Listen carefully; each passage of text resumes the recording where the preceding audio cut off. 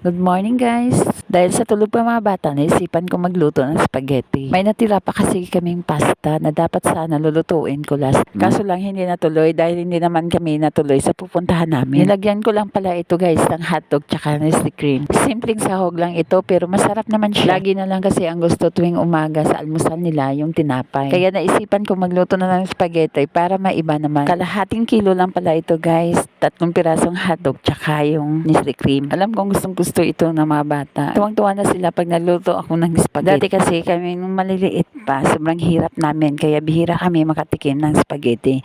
Kaya minsan pag may nagluto ng spaghetti, tuwang-tuwa na talaga kami na mayroong nagbigay sa amin ng spaghetti. Ganyan kami kahirap dati guys. Kaya kung pwede lang, ayaw kong iparana sa mga bata ang naranasan namin noon. May time pa nga ang pinagtatawanan kami ng ibang tao. Iba talaga pag mahirap ka. Gising na pala sila Rami guys. At 3 to 8 naman yung spaghetti ko. Kaya siyang unang makatikim ng spaghetti dahil siya ang naunang nagising. Ang dalawa niyang kapatid ay tulog pa. Papakainin ko muna siya guys. Thanks for watching guys.